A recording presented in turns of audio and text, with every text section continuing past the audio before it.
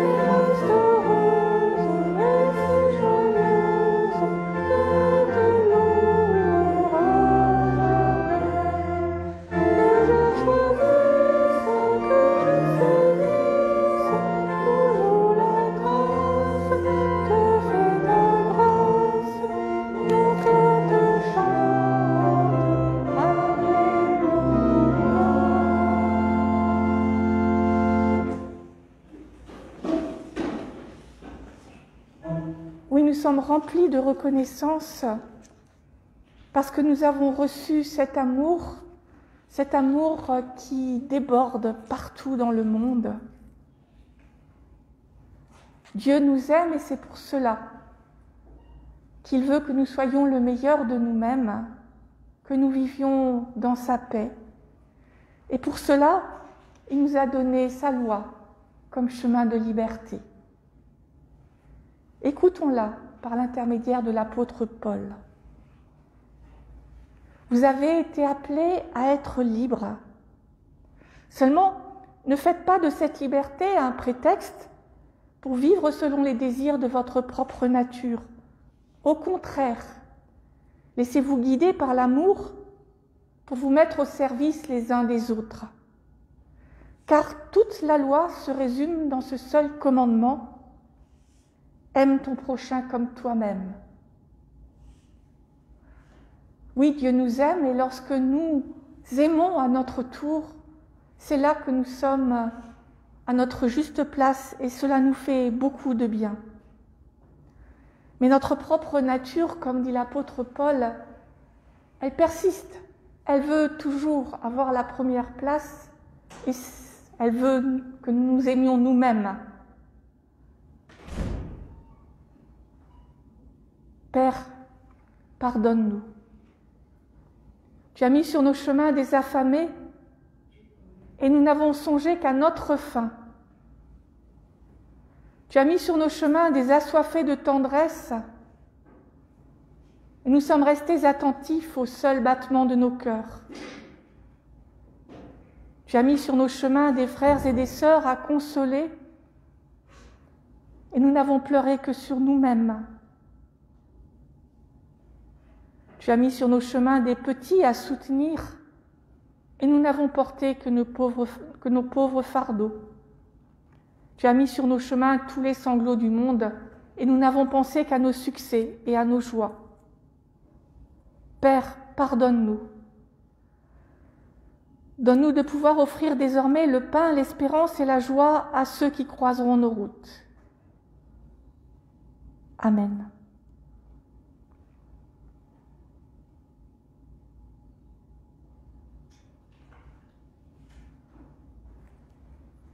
Par la foi en celui qui est notre frère et notre Seigneur, nos fautes, nos manquements, nos indifférences sont pardonnées. En effet, Dieu a tant aimé le monde qu'il y a envoyé son Fils unique pour que par lui, nous ayons la vie, pour que la vie triomphe à jamais dans la mort.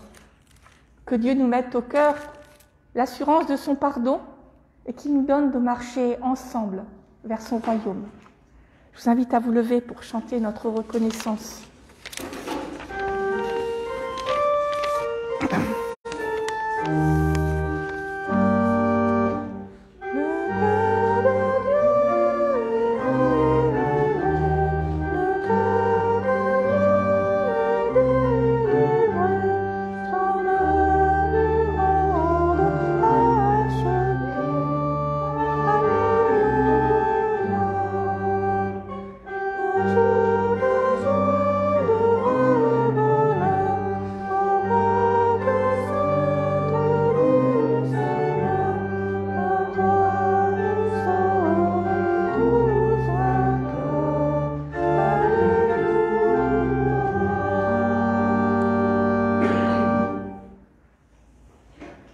Nous prions Dieu avant de lire les Écritures afin qu'elles deviennent pour nous paroles de vie. Ta parole est comme le feu, éclaire-nous.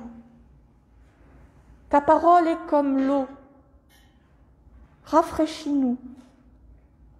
Ta parole est comme le ciel, élève-nous.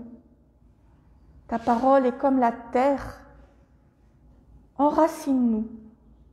Nous ne comptons pas sur nos paroles, paroles humaines qui oublient et déçoivent. Nous comptons sur ta parole. Tu es Dieu de mémoire, tu es Dieu d'espérance.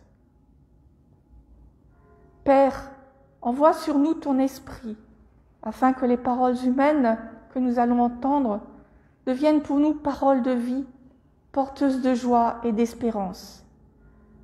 Amen. Nous lisons dans l'Évangile selon Luc au chapitre 24, les versets 13 à 35.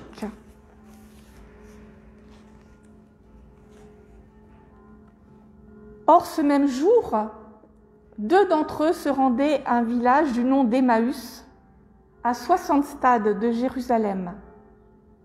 Et ils s'entretenaient de tout ce qui s'était passé. Pendant qu'ils s'entretenaient et débattaient, Jésus lui-même s'approcha et fit route avec eux. Mais leurs yeux étaient empêchés de le reconnaître. Il leur dit : « Quels sont ces propos que vous échangez en marchant ?» Ils s'arrêtèrent, l'air sombre. L'un d'eux, nommé Cléopas, lui répondit : « Es-tu le seul qui, tout en séjournant à Jérusalem, ne sache pas ce qui s'y est produit ces jours-ci ? » « Quoi ?» leur dit-il. Ils lui répondirent : « Ce qui concerne Jésus, le Nazaréen, qui était un prophète puissant en œuvre et en parole devant Dieu et devant tout le peuple. Comment nos grands prêtres et nos chefs l'ont livré pour qu'il soit condamné à mort et crucifié. Nous espérions que ce serait lui qui apporterait la rédemption à Israël. Mais avec tout cela, c'est aujourd'hui le 3e jour depuis que ces événements se sont produits. Il est vrai que quelques femmes d'entre nous nous ont stupéfiés. Elles se sont rendues de bon matin au tombeau et n'ayant pas trouvé son corps, elles sont venues dire qu'elles avaient eu une vision d'ange qui le disait vivant. Quelques-uns de ceux qui étaient avec nous sont allés au tombeau. Ils ont trouvé les choses tout comme les femmes l'avaient dit. Mais lui, ils ne l'ont pas vu. Alors il leur dit que vous êtes stupides, comme votre cœur est lent à croire tout ce qu'ont dit les prophètes. Le Christ ne devait-il pas souffrir de la sorte pour entrer dans sa gloire? Et commençant par Moïse et par tous les prophètes, il leur fit l'interprétation de ce qui, dans toutes les Écritures, le concernait. Lorsqu'ils s'approchèrent du village où ils allaient, il parut vouloir aller plus loin. Mais ils le pressèrent en disant « Reste avec nous, car le soir approche, le jour est déjà sur son déclin. » Il entra pour demeurer avec eux. Une fois installé à table avec eux, il prit le pain et prononça la bénédiction, puis il le rompit et le leur donna. Alors leurs yeux s'ouvrirent et ils le reconnurent, mais il disparut de devant eux. Et ils se dirent l'un à l'autre, « Notre cœur ne brûlait-il pas en nous lorsqu'il nous parlait en chemin et nous ouvrait le sens des Écritures ?» Ils se levèrent à ce moment même, retournèrent à Jérusalem et trouvèrent assemblés les 11 et ceux qui étaient avec eux, qui leur dirent « Le Seigneur s'est réellement réveillé, il est apparu à Simon. » Ils racontèrent ce qui leur était arrivé en chemin et comment il s'était fait reconnaître d'eux en rompant le pain. Seigneur, ta parole est vérité. Sanctifie-nous par ta vérité. Amen. Et je vous invite à chanter le cantique 493.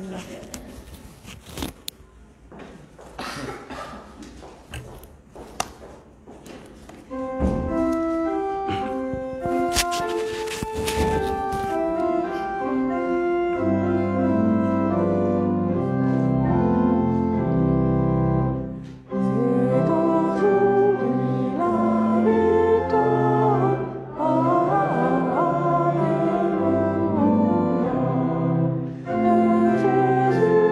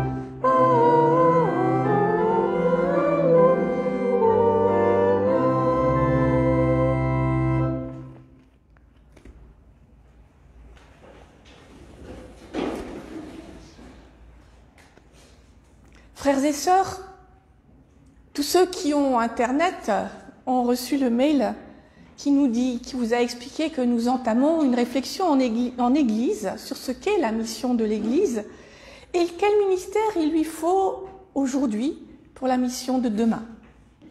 Et ce texte résonne en moi en lien avec cette réflexion, non pas parce qu'il contient la solution, mais parce qu'il décrit la foi comme un chemin, et que pour moi, l'Église n'est pas immuable, elle chemine elle aussi avec le monde, en route vers le royaume de Dieu. Elle est tellement belle, cette rencontre de ces deux disciples avec le ressuscité. On en connaît certains versets presque par cœur. Pourtant, la narration commence de manière bien sombre, dans l'ombre de la croix.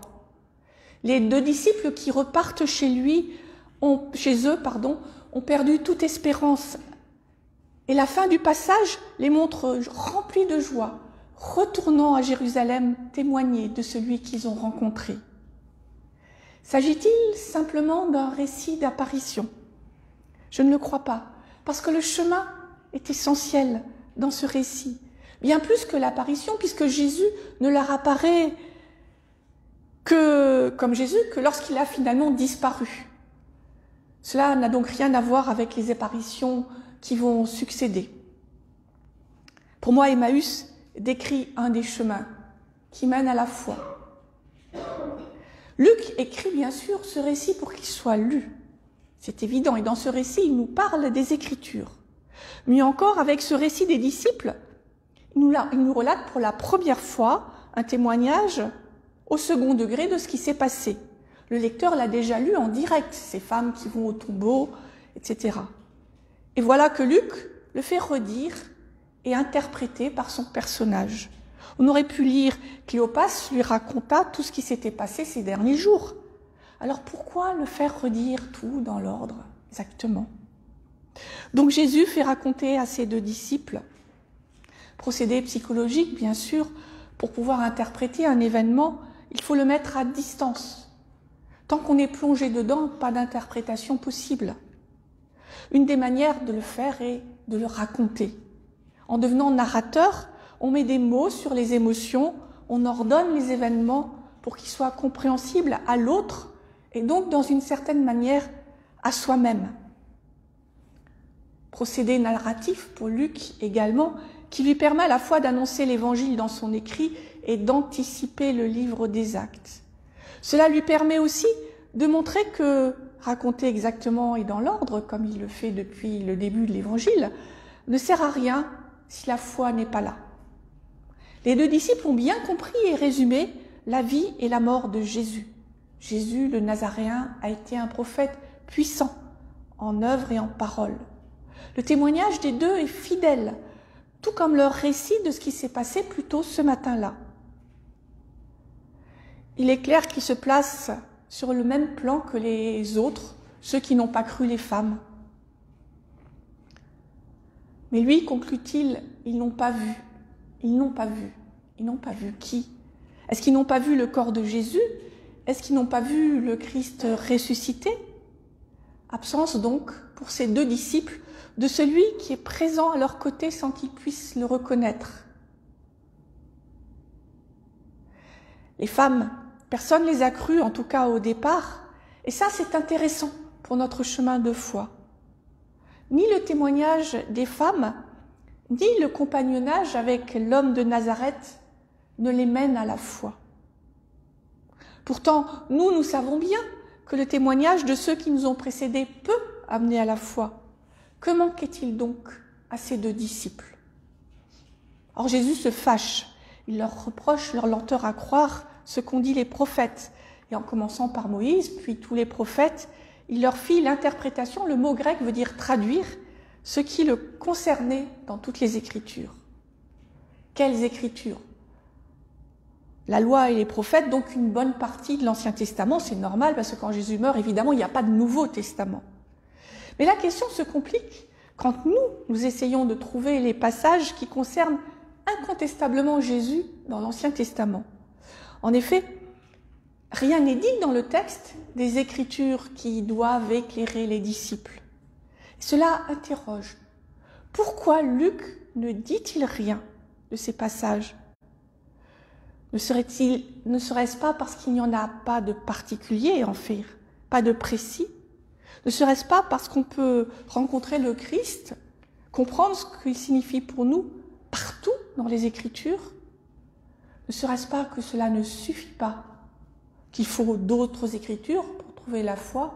C'est en tout cas ce que pense l'évangéliste, qui écrit son évangile dans ce but. Jésus traduit, il interprète les Écritures pour amener les deux disciples à la foi. Luc, lui, il écrit en vue de conforter la foi de ses lecteurs. Vous vous rappelez, cher Théophile, du début. Il interprète la vie, la mort et la résurrection de Jésus dans un projet théologique qui va de l'annonce de sa naissance jusqu'à la captivité de Paul à Rome à la fin du livre des Actes. Luc joue-t-il sur ces deux niveaux d'écriture? En tout cas, ces deux niveaux sont bien là pour nous et créent un paradoxe. Ce qui donne un sens pour nous à l'événement Jésus, ce n'est pas ce que Jésus dit à ses disciples, mais ce que Luc raconte à travers son récit. Je disais que les témoins humains n'ont pas mené les deux d'Emmaüs à la fois. Or voici donc d'autres témoins convoqués par Jésus, les Écritures. Témoins le sont puisque Jésus les cite. Témoins comme le sont les disciples qui racontent fidèlement ce qui s'est passé sans comprendre.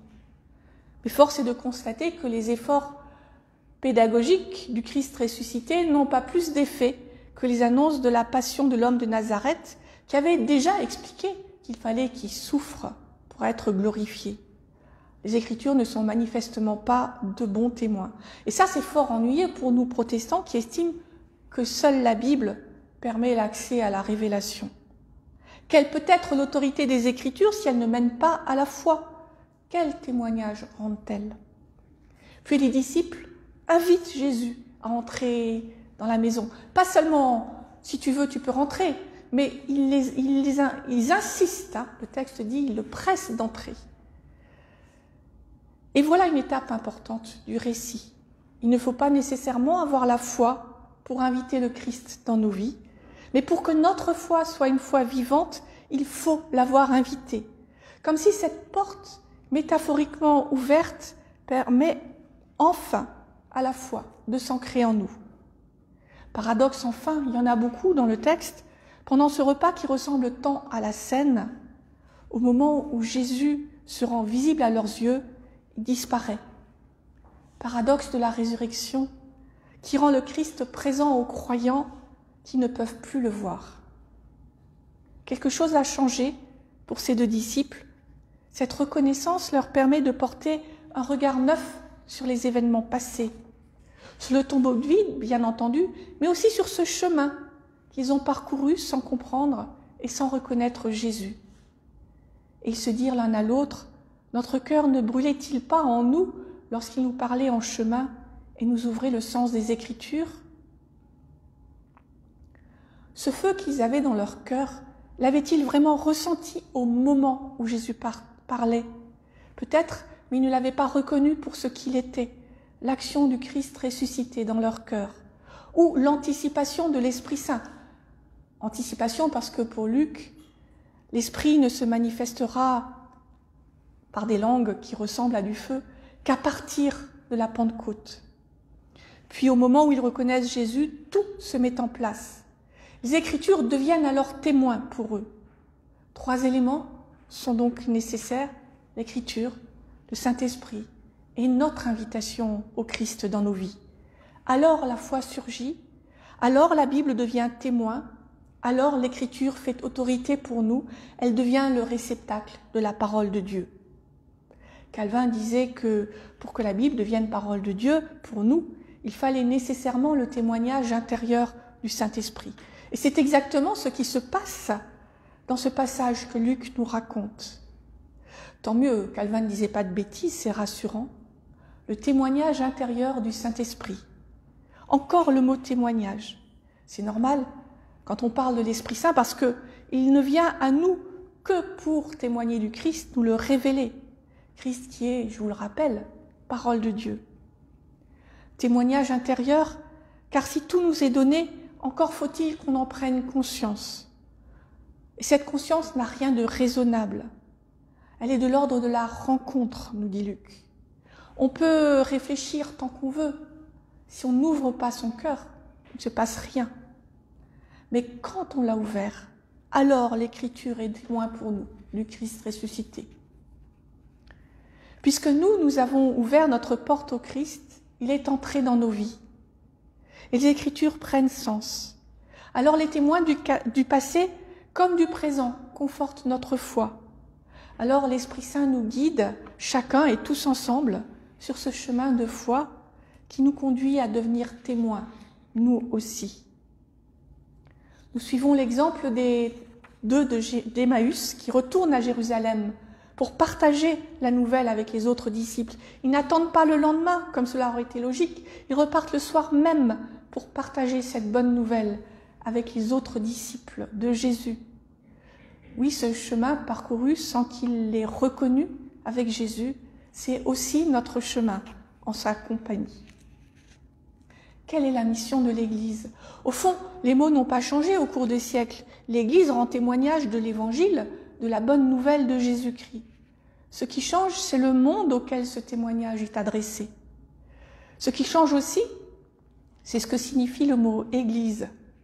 Évidemment, notre débat synodal s'inscrit dans le cadre d'une institution bien précise, l'Église protestante unie de France. Mais cette dernière n'est qu'un des multiples visages de l'Église du Christ, de l'unique Église du Christ. C'est notre déclaration de foi qui est affichée là-bas, qui nous le rappelle.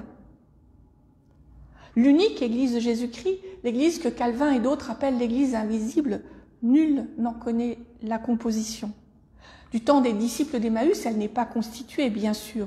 Et du temps de Luc, des communautés essaiment à droite et à gauche dans l'Empire romain et au-delà, mais il n'y a pas d'institution qui les réunit. L'Église, ça signifie assemblée du peuple, et c'est justement cela. Et c'est nous qui, rassemblés, constituent quelque chose de l'Église du Christ. La mission de l'Église, c'est à nous de la porter, à chacun de nous et tous ensemble. Et c'est bien pour cela que nous allons réfléchir ensemble au contenu de cette mission pour le monde d'aujourd'hui et pour celui de demain. Nous vivons un chemin de foi où le Christ se tient à nos côtés sans que nous le reconnaissions pleinement, sauf à de très rares moments de notre vie. Mais ces moments sont gravés dans nos cœurs par le feu de l'Esprit Saint. Et ils nous permettent de continuer notre route lors des moments de doute, de découragement, d'épreuve. Mais Christ est toujours présent à nos côtés, même lorsque nous ne le reconnaissons pas pleinement. Et c'est de cela dont nous devons témoigner. Certes, nous ne le voyons pas en gloire tous les jours, mais nous discernons les effets de sa présence. Voilà le cœur de notre témoignage. Bien sûr que nous pouvons tous tenter de dire le moment de la rencontre avec le Seigneur, mais les mots manquent si souvent pour raconter ce qui est une expérience tellement personnelle. Alors, au moins, contentons-nous de dire quelles sont les traces de ces rencontres, quelles sont les traces du ressuscité tous les jours dans nos vies. Raconter la manière dont il transforme notre quotidien, dire les frères et sœurs qu'il nous a donnés, le bien que nous ressentons à nous sentir à la place que Dieu nous désigne. Voilà ce que nous pouvons faire. Et finalement, peu importe les apparitions, peu importe la signification scientifique de la résurrection, la composition du corps du Christ ressuscité, ce qui compte, c'est sa présence comme un feu dans nos cœurs, comme une vie nouvelle dans le quotidien de nos jours. Amen.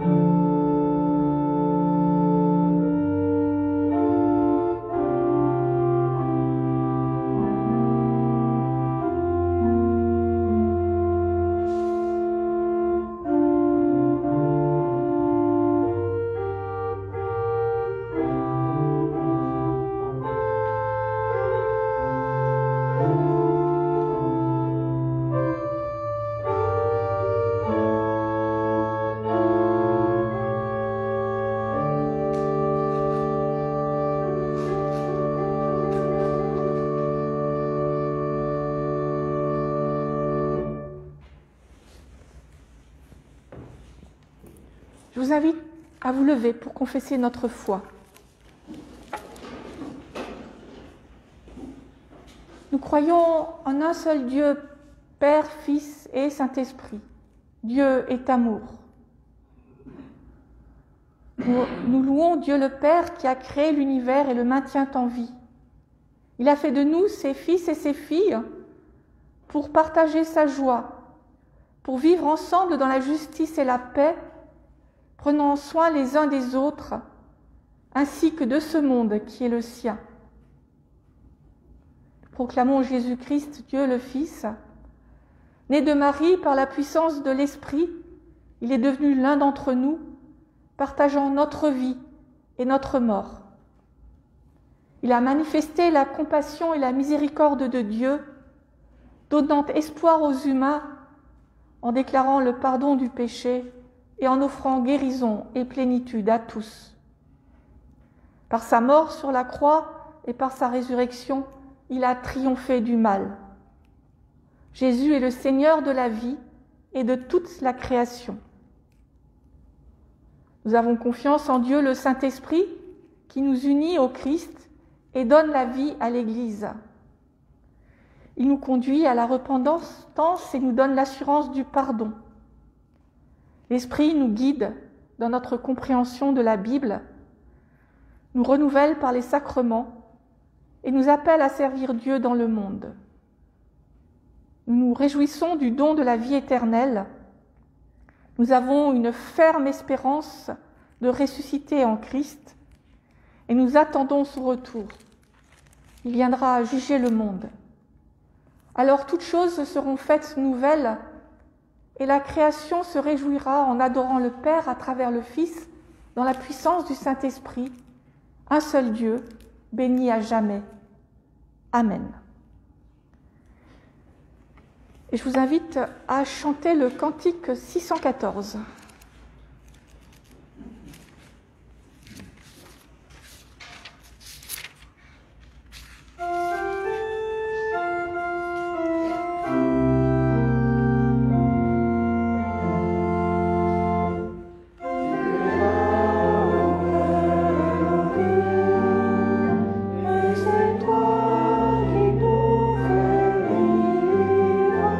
Tu es là,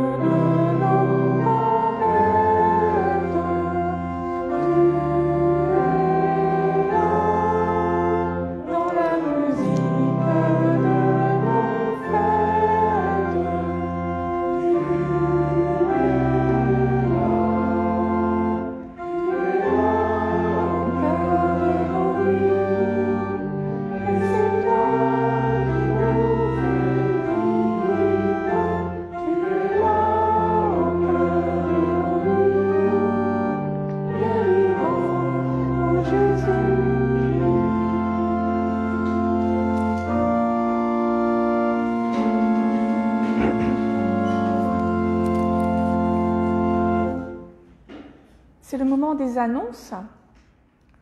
Alors, pour la semaine prochaine, on n'a pas d'activité paroissiale, c'est merveilleux.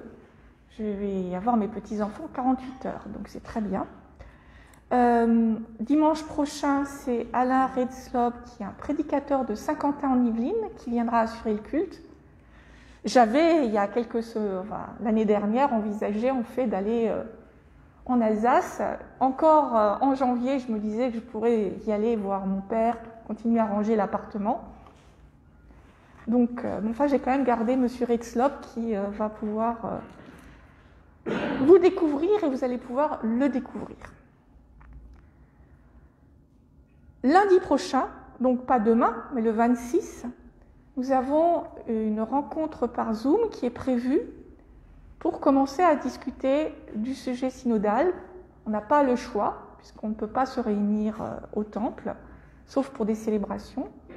Donc ceux qui sont intéressés, je vous demande de vous manifester pour que je vous envoie l'invitation. C'est important, notre Église va changer, c'est inéluctable parce que le monde change, mais c'est à nous aussi de voir comment nous avons envie qu'elle change. Nous avons la chance incroyable de pouvoir donner notre avis. Dans d'autres églises, on n'a pas cette chance-là. Et donc, je vous invite à vous manifester. Pour ceux qui ne sauraient pas s'en servir de Zoom, on peut faire ça par téléphone de maison, c'est facile. On compose un numéro, puis il y a une dame qui vous demande de composer le code que je vous ai donné. Et ceux qui ne pourraient vraiment ni l'un ni l'autre peuvent toujours me demander le dossier et répondre. Enfin, on réfléchit mieux à plusieurs, je trouve. Il y aura une deuxième rencontre le 8 mai l'après-midi. On a essayé, on s'est dit, il y a certaines personnes, le soir, ça ne leur va pas, puis d'autres, dans la journée, ça ne leur va pas. Alors, on s'est dit, on fait moitié-moitié. Mais la deuxième rencontre sera sur les ministères. Donc, si on n'a pas réfléchi à la mission de l'Église, c'est difficile de réfléchir à quel ministère pour cette mission-là. Deux annonces de Marc. La première, très très prosaïque, il y a des confitures. Rappelez-vous qu'il y a des confitures. N'oubliez pas les confitures. Et la deuxième, en fait, c'est de la part d'un monsieur qui s'appelle Monsieur Diallo, qui a été beaucoup aidé. C'est Pierre qui l'a rencontré. Il l'a aidé lui-même, mais il a fait appel à Marc. Alors, je vous rappelle, vous êtes beaucoup à faire partie de Marc ici, mais je rappelle quand même que Marc a besoin d'argent, bien sûr, pour pouvoir aider les personnes. Je rappelle aussi qu'au-delà de cet argent, il y a le dévouement de certaines personnes qui se donnent beaucoup de mal pour trouver des solutions. Et donc, je vous invite à aujourd'hui porter plus particulièrement ces personnes et toutes celles qui sont dans cette situation dans notre prière. Et donc, nous élargissons nos pensées, nos cœurs et notre prière au-delà des murs de ce temple. Père, ta parole nous a redit ton amour pour le monde. Fais de nous une communauté toujours plus fraternelle qui sache toujours mieux partager et mieux accueillir. Fais de nous une communauté qui ose la foi et croit à l'impossible. Aide-nous à porter celles et ceux qui souffrent, les malades, les endeuillés et les révoltés, celles et ceux qui te cherchent, celles et ceux qui ont des responsabilités et tentent de construire un monde plus juste. Accorde-nous d'être les témoins fidèles de ton amour. Nous te prions plus particulièrement aujourd'hui pour tous ceux qui se mettent au service des autres dans le monde au nom de ton Fils Jésus-Christ. Leur action témoigne de la communion fraternelle que tu nous donnes de vivre.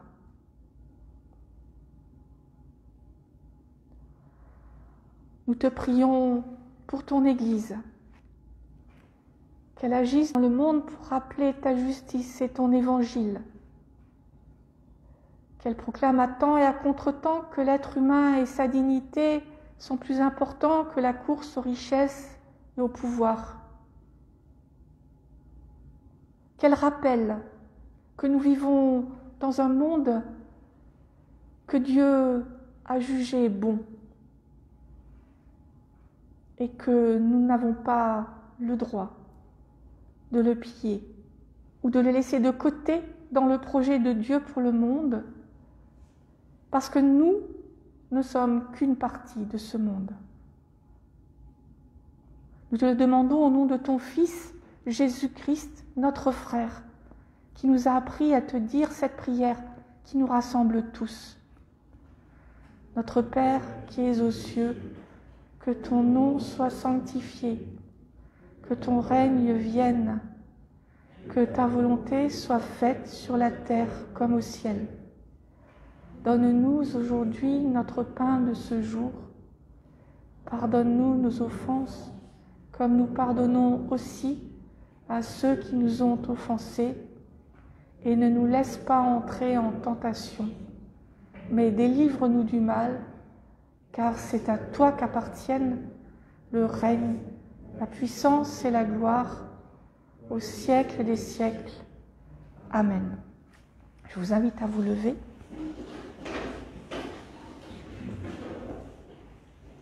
La foi est un chemin sur lequel Christ se dévoile à chacun de nous, pourvu que nous lui ouvrions la porte de nos cœurs. Le Seigneur vous bénit et vous garde. Il tourne sa face vers vous et vous donne son amour, sa joie et sa paix. Amen.